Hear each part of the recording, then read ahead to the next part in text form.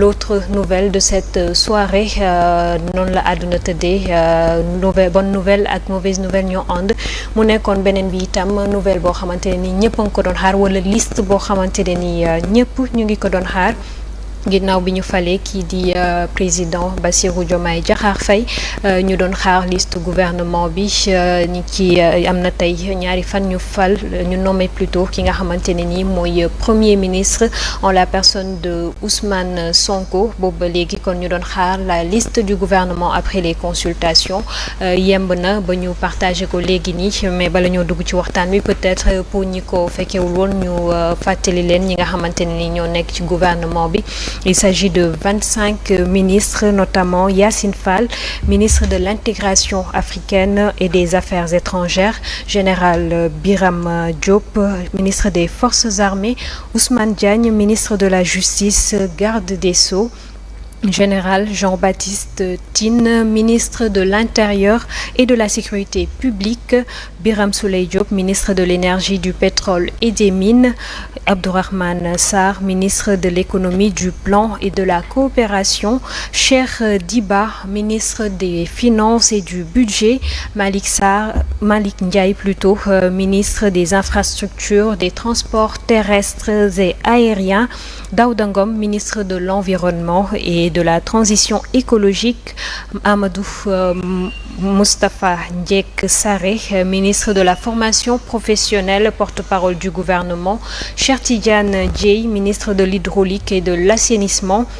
Alioune Sall, ministre de la Communication, des Télécommunications et du Numérique, El Hadj Abdourahmane Diouf, ministre de l'Enseignement supérieur, de la Recherche et de l'Innovation, Serigne Gueye Diop, ministre de l'Industrie et du Commerce, Fatou Diouf, ministre des Pêches, des Infrastructures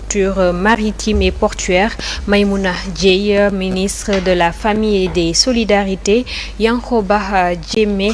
ministre du Travail, de l'Emploi et des Relations avec les institutions, Balla Moussa Fofana, ministre de l'Urbanisme, des Collectivités territoriales et de l'Aménagement du territoire,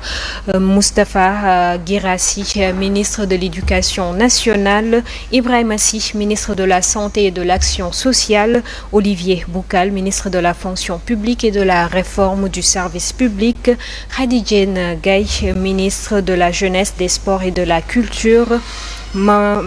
Mabouba Diagne, ministre de l'Agriculture, de la Souveraineté alimentaire et de l'Élevage, Alioune Dione, ministre de la Microfinance, de l'Économie sociale et solidaire, Mountaga Diaw, ministre du Tourisme et de l'Artisanat. Donc ñooñu ñooy 25 ministres yi nga xamante ne ni nommé nañ leen. En plus ñu nommé 5 secrétaires d'État. Il s'agit de Amadou Cherif Diouf, secrétaire d'État aux Sénégalais de l'extérieur, Ibrahima Thiam, secrétaire d'État au développement des PME et PMI, Mohamed Talla Ndaw, secrétaire d'État à l'urbanisme et au logement, Alpha Ba, secrétaire d'État aux coopératives et à l'encadrement paysan, Bakary Sarr, secrétaire d'État à la culture, aux industries créatives et au patrimoine historique. mu nekk kon les toutes nouvelles nominations yi nga xamante ne ni ñu ngi ko am léegi à partir du palais de la République ñu nar ko waxtaanee tey donc ci édition spéciale bi donc ni ñu ko gisee monsieur Sakho, quelles sont vos premières impressions après la lecture, monsieur Dieng plutôt, excusez-moi, quelles sont vos premières impressions après avoir reçu cette liste? waaw di wax ne li ñuy waxoon ak sénégalais yi d'abord ñu ngi koy respecter mooy un gouvernement restreint boo xoolee dañoo am un gouvernement pléthorique avec des ministres d'État, des secrétaires d'État à n'en plus finir nga ñëw taftal ci ay ministres conseillers mu nekk ay charges yoo xam ne kenn xamul qui fait quoi mais ñoom ci seen campagne sax dañ ko doon wax parce que j'ai eu à les approcher vraiment 25 ministres, 5 secrétaires d'État, c'est un gouvernement restreint.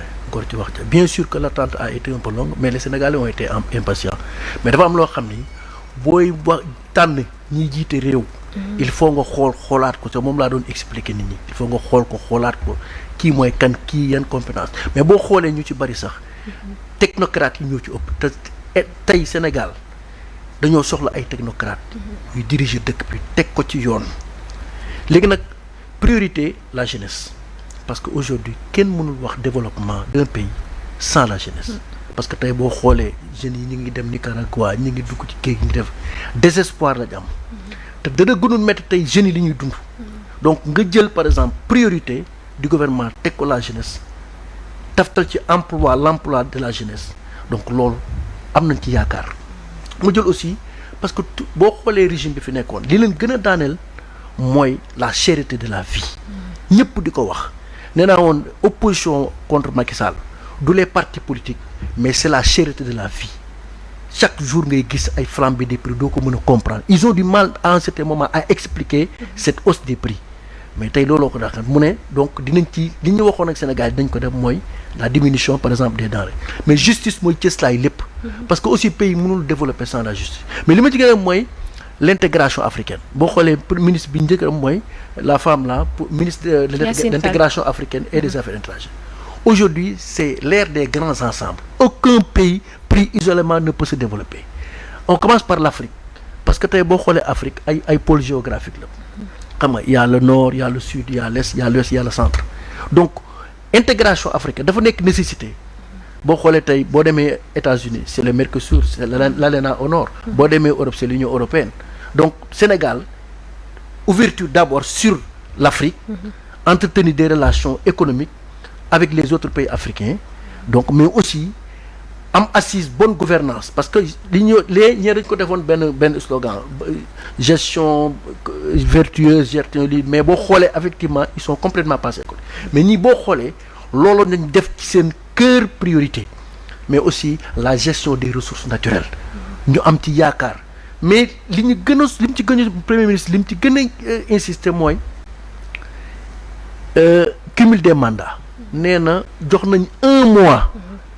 képp ku am ndomba tant que ministre jox nañ 1 mois pour nga démettre ci beneen poste c'est très important et puis le plus rapidement possible parce que le temps bi ñu taf dafa gàtt nee na fii ak lundi ñu mën a def passation yi pour ministres yi dem au travail parce que tout est urgence au Sénégal am nañ ci yaakaar loolu lañ ci mën a wax pour le moment en attendant ñu